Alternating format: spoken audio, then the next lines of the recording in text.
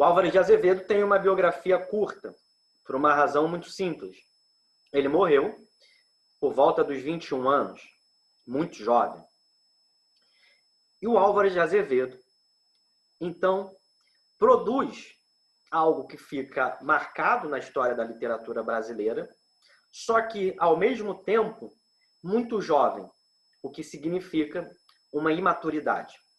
Então, o primeiro aspecto que nós temos de levar em consideração é que nós estamos tratando de um autor que basicamente escreveu entre os 17 e os 20 e pouquinhos anos, 20 anos e alguns meses.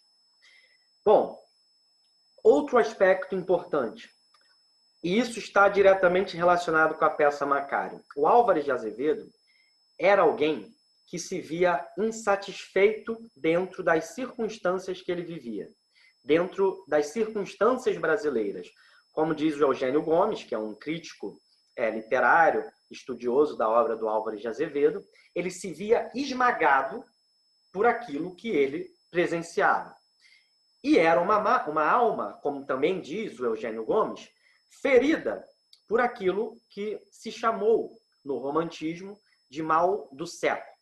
Ou seja, o Álvares de Azevedo era alguém desencantado, alguém que sofria de uma espécie de desinteresse da realidade imediata. E por isso mesmo acabou se interessando por um tipo de literatura bastante crepuscular, uma literatura macabra, uma literatura sombria. Essa literatura que lhe conferiu uma espécie de um estado de espírito noturno, lúgubre, e muitas vezes com vontades de ser ninfomaníaco. Aqui eu vou fazer algumas considerações.